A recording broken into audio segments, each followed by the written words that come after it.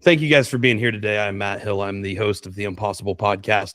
And today we have another impossible moment for you guys. These are short little podcast segments we've been doing for you guys. As you know, the full production podcast setup will always be in person, deep, very long form conversations. But we've really enjoyed getting to connect with a lot of entrepreneurs, thought leaders, future builders on the Skool platform. And so we've been able to jump in and do a lot of these kind of shorter scale interview conversations online on the web. And so we appreciate you guys being here for this impossible moment. Today, we have a rock star on Skool. She's newer to Skool herself, but growing rapidly. And it's exciting to see the progress she's making. Her name is Dawn Hill, and you're from Yorkshire. Is that, Yes. that right?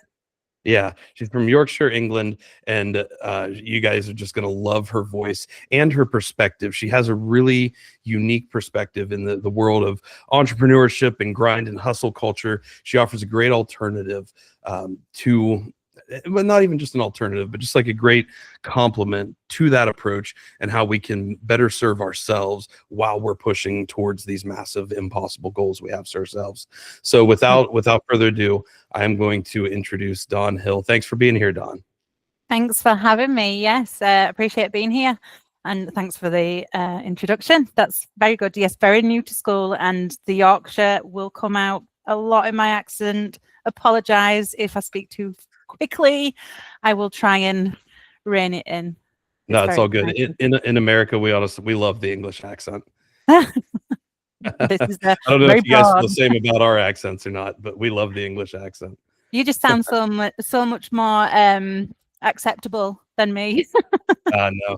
Hey, it's good to stand out these days for sure. So tell us a little bit about yourself, kind of how you got here today. What was your journey like? Diving into more of an entrepreneurial mindset, ultimately deciding you want to get on Skool and build a community on there. What drove you to getting here today? My gosh, that's a lot of questions. It's something I've wanted to do for a long time. I've had a very unsteady life, let's say. I've had quite a lot of messy life experience, left home really young. But my escape was always school. It was always learning. And I've always had this passion to just get other people to learn things and believe that they can learn things, because it's all there for the taking. A lot of people I work with don't think they can do this kind of stuff, but anyone can do this. So it's it's a combination of decades of planning, and then I happened to start Skool in another person's program last year, and as soon as I clocked Skool, I thought, this is the place. This is the place. I don't want to do the online courses. I don't want to do the website things. I want something all in one, because it's almost a vomit of all my skills onto one page. It's there's everything there, and it's sciencey, it's psychological, but there's also that aspect of real deep care and real inner work. There's a life purpose course, and it's about digging deep to what you really want, out of life. Because when you work to your values and you really, it's your purpose, and there's no stopping the drive there when you're kind of in that mindset. And so it's the quiet turning, because I tried to follow hustle culture. I tried to do it, but I find I'm always comparing. I'm always in comparison mode. I'm always trying to catch the people in front of me, even though we're all on the same path, just different times. I got told all this, but my mind wanted to be there. So the quiet turning was me just saying enough is enough, and quietly admitting to myself that I can do this if I just do it quietly. I don't need any audience or background. I just need to make the decision, do the work. And that's what got me onto Skool. It became $9 a month for a hobby, and I thought, why not? Why not indeed? And then the tiers started where I could put my courses in there for other people, and it's just so very much at the beginning, but that's a little bit about how I got here, really. Yeah, you speak so powerfully to what Skool is as a platform, and for people like us who have that entrepreneurial drive, who have that urge to want to help others achieve something in their lives, realize a skill, realize a potential they didn't even know they had within. You said it perfectly. Skool is everything you want all encapsulated into one platform. I mean, we come from the space of content creation, particularly our podcast is podcast and coaching has always been our main drivers. But it's like you've got the website which funnels, or you've got the short form media first, even like the TikTok, Instagram, Facebook, YouTube Shorts, and those all funnel to either full length podcast episodes or your website directly, and then you funnel from podcast to website, and it just gets to be this really tricky funneling framework, which a lot of people have dove really deeply into, it mastered, especially when you leverage ad space and things like that. But there's so many pieces all at once, and for the people who just want to operate and not have to dive into the weeds of all the little nuance between the platform algorithms and learning ad space and promotions and all that kind of stuff, Skool is just right there, everything you want and everything you need at your fingertips for a price that I just don't even understand how they can charge that cheap for it. Even at the pro plan level of $99 a month, the value getting, I mean, you build a platform or a website, even on Wix, you're not spending less than $100 by the time you get the domain, you get the website set up, you get the emails, you get everything put together. You're spending $100 a month just for the website, and then you talk about ad cost, which is getting crazier and crazier by the day. And with Skool, there are no ads. You are your own advertisement basically. And what's great about it is that they design the platform in such a manner that nobody's running these like really grabby, attention-y, clickbaity ads on like what you see on Instagram. They're literally just being their authentic selves, and people are drawn to your authentic self. And that's what I really love about it. I think so many of the people on Skool love about it. We get to show up as who we are, with what we know, with what our skills are. We are ready to learn and grow, and we're ready to help others learn and grow. And I think the best connections I've made on any of our communities, like the connection I made with you, comes from that authentic self. I was like, man, Dawn's got high energy. She's takes a lot of action. She's not afraid to dive into difficult subjects and comment on groups and make her own posts. And so that's been really cool to see. What, as far as being on Skool and driving your own community, first tell people a little bit about your community, the name, what they can learn from there, the type of people they might interact with, and then talk to us about where you see your community going in the future. Yeah. Okay. Thank you. Yeah. You sent me on a journey just with all that speech. Then I just imagined the gauntlet with the hooks coming down and the axes and the jumping over the fire. It's a lot. So I am lucky I found Skool, because I imagine myself with all these plates, the legs up, the arms up, and spinning all these plates, and it just not working. So yeah, loved that. Quiet Turning is a place. It's basically got courses in there. They are full courses from anything from therapeutic art to psychology. It's very vast. The courses are all around things that I've experienced in life. There's a suicide and self-harm one that's very close to my heart, and that's really, really good one. It's more to generate awareness, and then it's all around things that do happen in the world today. I don't think, maybe it's just the place I'm in, but I know a lot of people that have problems with addiction and drugs and crime and just behavior change and things like that. So it's all courses to learn about yourself and to find direction. And then I've also made them facilitator ready. So if someone wants to come in and they want to learn and earn and make their own community from the get-go for the Skool, and build it as they're learning, they can literally take the courses, dump them on, make them their own, or keep them as is, and they too can be passing on, like you said, this message to help other people. It's more of the ripple effect, the Quiet Turning. We quietly in the background just pass on good advice, great information, awareness, hope, and that's kind of what it is. And it's that ripple effect to get other people to do it.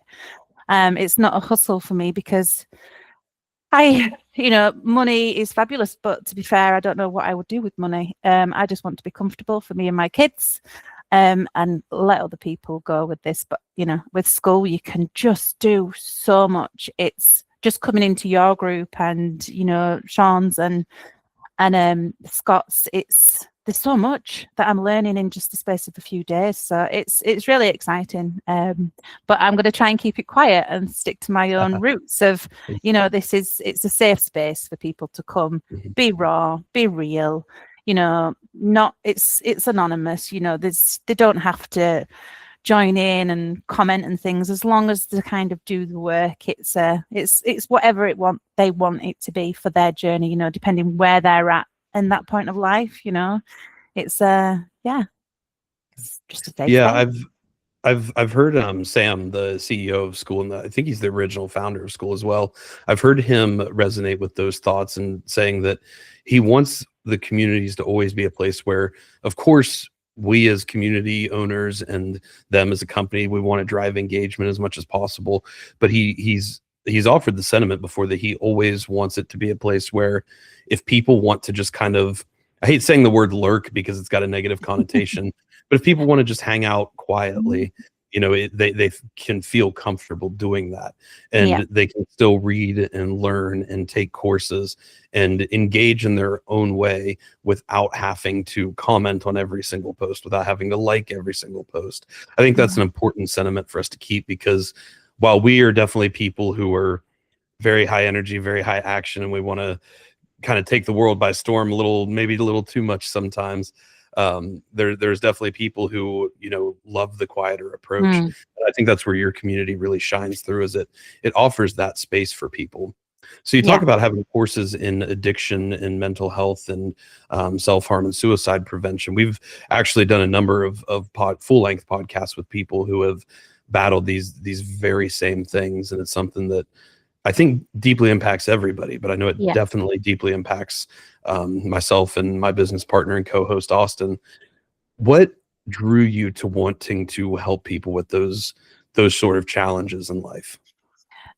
Going through them myself and not having that knowledge of how to deal with things, because I said I did leave home young. I didn't have that parental control. I didn't have the typical upbringing, let's say, and I had to figure a lot of stuff out for myself. And when my daughter was born, I'd already had trouble with drinking and stuff.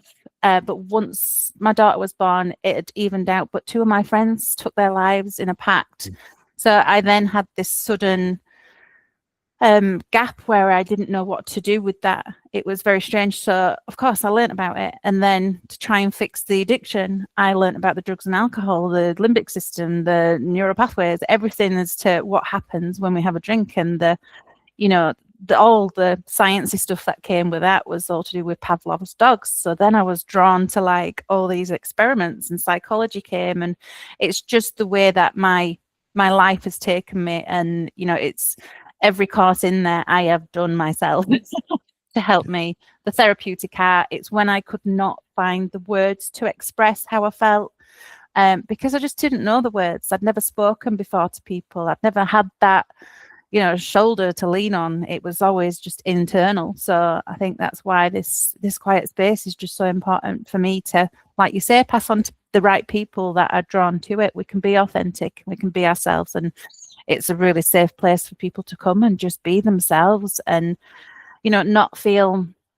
I think the experience side of it helps people that have certainly gone through hard times. It helps them to almost feel part of it as well. You're not talking to someone that's not been through what you're going through. It's a really powerful thing, really. It's just opening that, like you say, connection, and opening that space for people to come into and just, So I've been through it. Every course in the quiet turning I have done, and I have become accredited for, so I could help other people. But then eventually, once I got in enough pain, I stopped and I helped myself with all the courses, because I was always a people pleaser that wanted to pass it out before helping myself. So now I've had those years to work on myself and do it. I am now ready to just let it all flow. It's amazing. Yeah, that's a super powerful story. And that's one of the things we focus on heavily with what we do at Impossible Performance. We say that we're in the business of human potential. We help people reach their highest potential through the story they tell themselves about themselves. And I think what a lot of us don't realize is that we do have active control over the story we tell ourselves about ourselves. And when you're deep, because I've battled alcoholism with myself for 4 years, I battled, and actually on March 19th this year, I'll be 4 years completely sober. And so it's definitely something that hits home for me. We, interestingly enough, we have on our full length production podcast coming out on Tuesday, a girl named Heather Beeson, and she battled heavy addiction, drugs, alcohol.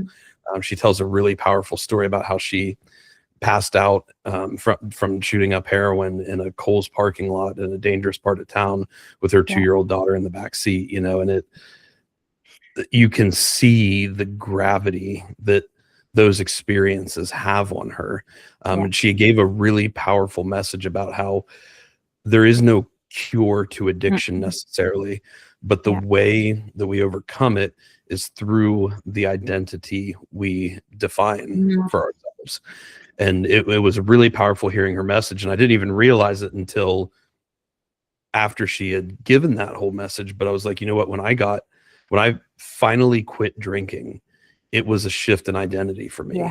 In that, because there was a long time where I was in really bad active alcoholism for a while. And then I got to a space where I was like, I wasn't letting it control my life anymore, but anytime I would drink, it got way out of control. You know? So I went through a few years of that. And then it finally got to a space, I'll never forget it, March 19th, 2022. I've talked about this on our full length podcast, but we were having a small party at the house for a boxing match, actually between Eddie Hall from England, and he's a big strength athlete up there, and another strongman. But we'd had a party at the house. We were downstairs by the grill. I was hanging out with all the guys, and then they all ended up going back upstairs to go eat and watch the match. And I was just down there, and I had this drink that I was just like nursing the whole time. And I just had this realization of like, this isn't me. Like, I don't even enjoy this.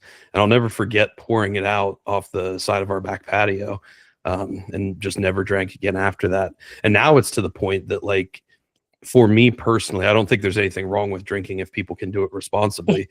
But for me, it's something that is kind of repulsive to me. Like, my identity has become such that the thought of drinking alcohol kind of makes me sick, you know? And so I think that's all just come from a shift in identity. Have you seen that with people who battle both addiction and mental health challenges? Yeah, definitely.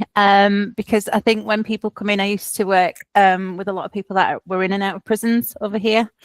And they'd come in and they'd also have the sides of like a side of mental health or drugs or addiction, or, you know, just the habit of crime and things. And they would come in and they would sit and you could feel their, you know, the questions coming out of them, and they're not feeling like they belonged. And within 2 weeks of just talking it out and realizing they're in a safe space, the shift was amazing. And it just built on top of each other, that those moments of realizations, those little nuggets of things like, I am not alone. I do speak to myself very negatively. Why do I do that? You know, it's your internal dialogue, isn't it? Why do we curse ourselves so much? It's I did for years, you know, like you say with the drink, you know, why do I do it? I don't enjoy it. It's causing me nothing but pain. Why am I doing it? I did not understand.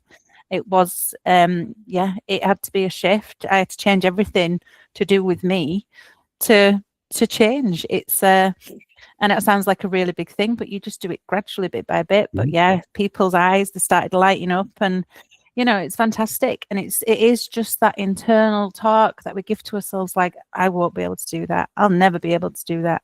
Oh, I'm too. It's what people have told us as well, isn't it? You're too, you know, you're too silly. You won't be able to understand that, or you know, you can't read. You can't do that. And it's not. There's no such thing as can't, is there really? We can overcome that, and we can change that can't into I can't yet. And I really like the word yet, because for me it means you are eligible too.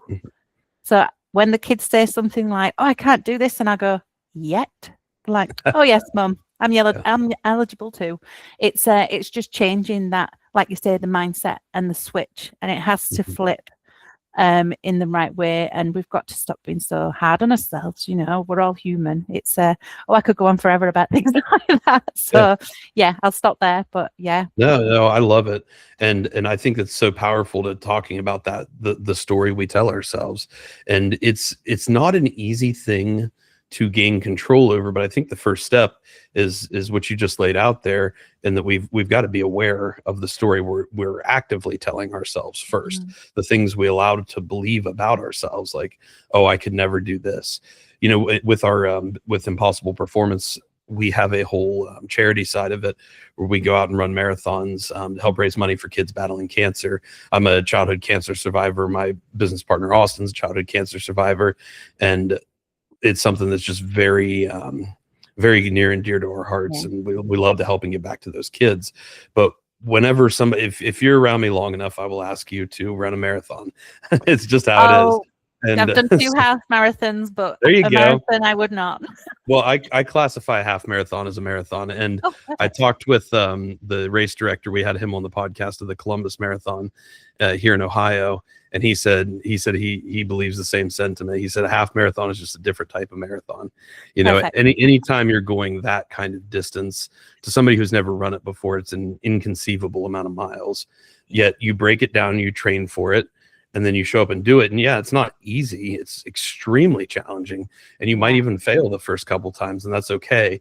But the point is that when you do succeed, when you do cross that finish line, your eyes are opened up to a whole new world of potential.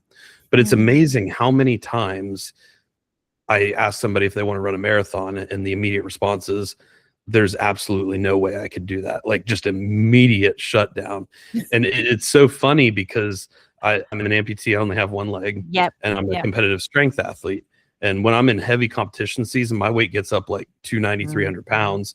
In off season, like right now, around like 250, 260. But even still, running a marathon at 250, 260 is pretty heavy. And then you add on the one leg, and it's just so funny that basically what I try to show people is, if I can do this, you can absolutely do this. And there's so many people who are even, athletes themselves and very fit, and they say, oh, there's absolutely no way I could do that. And it's just it's always intriguing to me, and I never really say much about it because I like to keep that window open for them to think about it. But it's always intriguing that we can get to a space where our narrative is so strong that we shut something like that down before we even take the time to consider it, because of how deeply that fear of failure is rooted within us. And I think there's a lot of different ways that can come about. But I think, being aware of what that story is, understanding who we believe we are currently, and then realizing we can tell ourselves a different story. The way we get people started with that is just literally speaking different words about yourself as a small daily practice. That's another approach you brought up. Is it's not something that's just, I actually have talked to people who've had an immediate identity shift, just like in a very powerful moment. But I think that's very rare, and that can't be forced. That's something that is a product of environment and circumstance and many different factors coming together. But the way we do it through our controlled efforts is on those small daily actions. And I love that you bring that up, because I literally put posts in the Schoolers group, in NMI, and I think in Orion. No, the Orion one was a little different. Put up several posts today talking about the critical tasks of the day and how critical tasks lead to critical outcomes. And I just think that is such a powerful message of what are those small achievable tasks you can do every single day that, when compounded over time, will lead to incredible outcomes. So how do you work with the people in your community and the people who in your life? How do you work with them to start building these little daily actions, these little critical tasks, and how do you help them implement those? Well, I think first, you've certainly got to highlight what they've already achieved. I'm big on reflection, and when I think about where I was 6 months ago, and I say to people, where were you 6 months ago? You were still deciding whether to do this, and I can't do that. And you've got to kind of highlight the strength that they have, the resilience they have for things that they've come through already. I think every one of us has come through something in our life. And and we've got strength from that. You know, we grow from pain, whether we like it or not. We grow from that pain. So it's definitely just reminding people how strong they are. You know, you've done this, you've done that. It's a fantastic thing. It's highlighting the good rather than, you know, it's like I used to work in a school, and it was giving them accreditations for being good and not telling them off for being naughty, because it's like you say, that different voice that's coming towards you, what you're hearing, is it? If you tell someone that they're doing it wrong, or they shouldn't be doing that, and or anything like that, it's negative, isn't it? If you tell someone, you know, yeah, but you did it that way and that was really good. So I don't know how to explain that, but yeah, definitely just highlight what is good about them, and just remind them that we're all the same. We are only human. We are a speck in this huge, vast world and universe. And, you know, we're all only human, and, you know, mistakes do happen and we learn from them. And I believe people that have been through stuff, in my opinion, are a lot more knowledgeable in certain things. You know, it's there's a lady that talks about as characters, as internal characters, and she talks about someone that had a dream life, and then you meet someone that hasn't had that dream life. And I imagine these characters meeting, and, you know, they've both got something to offer each other. You know, the dream life has a lot to learn, so as the one from the person with the dream life. We have so much to learn from each other, and we just have to build that trust, and trust that we are just like everyone else, and, you know, we're all in it together. There's no become the right size. I guess I'm right size them. No one's higher than you, no one's lower than you ever. You know, we're all the same. And it's just, I guess, just evening that out in people, because I think when they've had a hard time, they feel a lot lower and a lot worse off, and like they don't deserve things. It's not fair, is it? It's not right. And it's I'd just like to be really compassionate, I guess, and just really let people know, you know, that they're only human and they're not alone. And that's a really big thing that I like to do for everyone that I know. You know, everyone calls me Joy. I don't know if you've ever seen Inside Out, if you've got kids, but they all called me Joy. So I was always a silver lining kind of person. And I still am. It's, you know, there was never a moment I couldn't find that silver lining. And that's what I try and do with other people. You know, that is bad, yeah, but it wasn't, you know, it's kind of just reframing things, I guess. I don't know if I went off on a tangent there, but yeah. No, that was a great thought you bring forth. And I love how you talk about giving people, I suppose I would call it like alternative proof about if you know, if somebody's in a spot where they're spinning a narrative that is really negative and self-deprecating and maybe even self-harming to a point, showing them proof of the contrary from their own life directly is a very, very powerful testament. And it's not going to all of a sudden open their eyes and they're going to be like, oh my gosh, I am amazing, you know, but it does start, I think, spinning a different story in their mind. It gets the gears turning, it gets them thinking, it gets them working.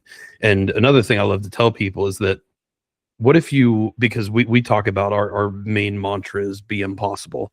And where that comes from is basically when you're facing an impossible challenge, like when I faced pediatric cancer, I felt like it was an impossible challenge. I have no idea what this is, no idea how to beat it, no idea what's in store. And it left me in a really dark spot. From a mental health, emotional health, even spiritual health perspective. And I didn't really know how to move forward. What I ended up coming to that actually gave me quite a lot of comfort was I'm not going to focus on beating this impossible thing. I'm going to focus on building the version of myself who can. And when I broke it down that way, I was like, it gave me a daily task to focus on. I don't have to worry about beating cancer. I just want to build myself into somebody who can survive cancer, who is a cancer survivor. And just spinning that message in my head started changing my whole approach to the day. You know, I was able to have a more positive outcome because I literally viewed myself as I am a cancer survivor, even before I had beaten it. And I was giving that message, which we all know that the messages we spin in our brain directly translate to the physiology in our body and will spill over into our emotional state as well. And it just created so much better of a process for me, a path forward in viewing that I don't have to worry about beating this thing, but I'm going to build a version of myself who can. So I'm going to become that impossible person. And that's really where our message comes from. And I think that's perfectly in line with what you said there of giving that alternative proof and doing those small daily actions.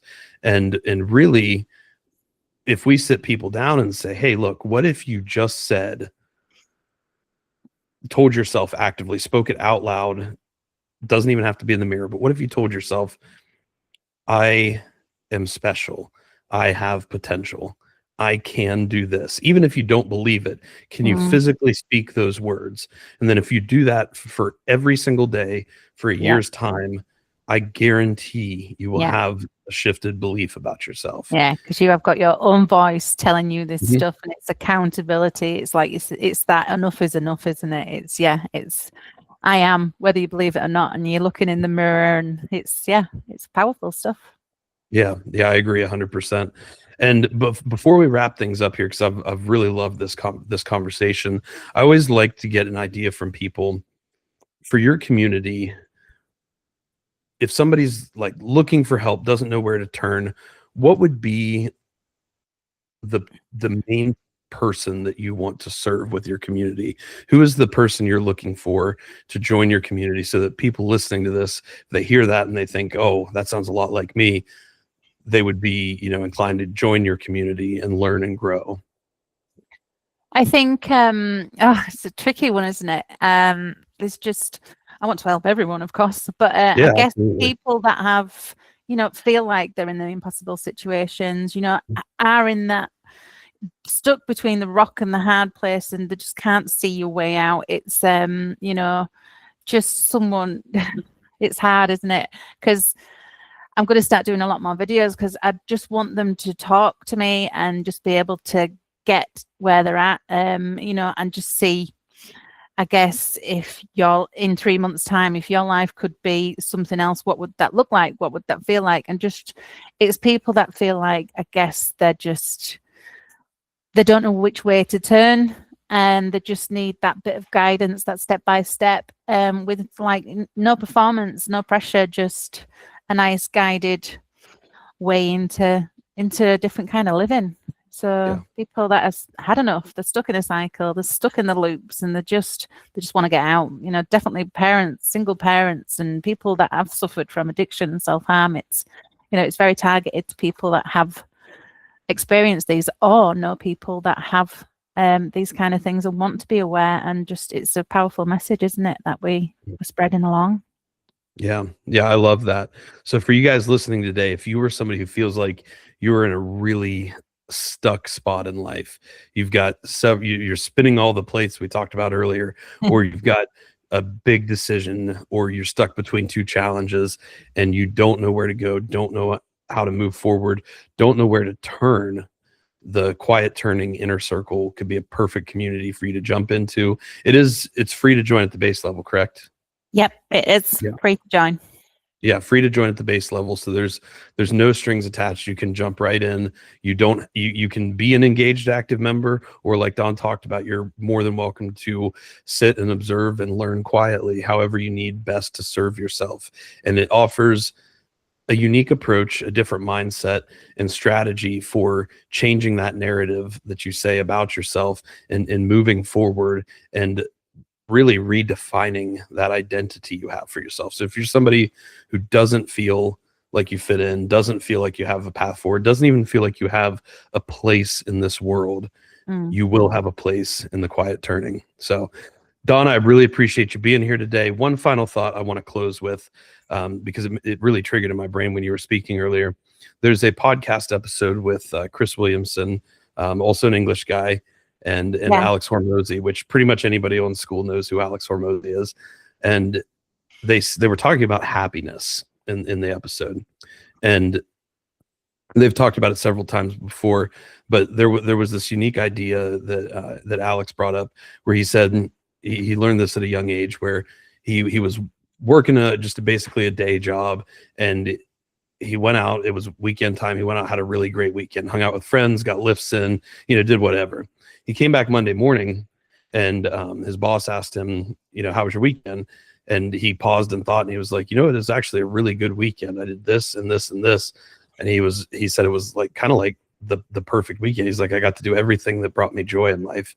And his boss said, I think the key to happiness is to live as many of those days as we can in our life.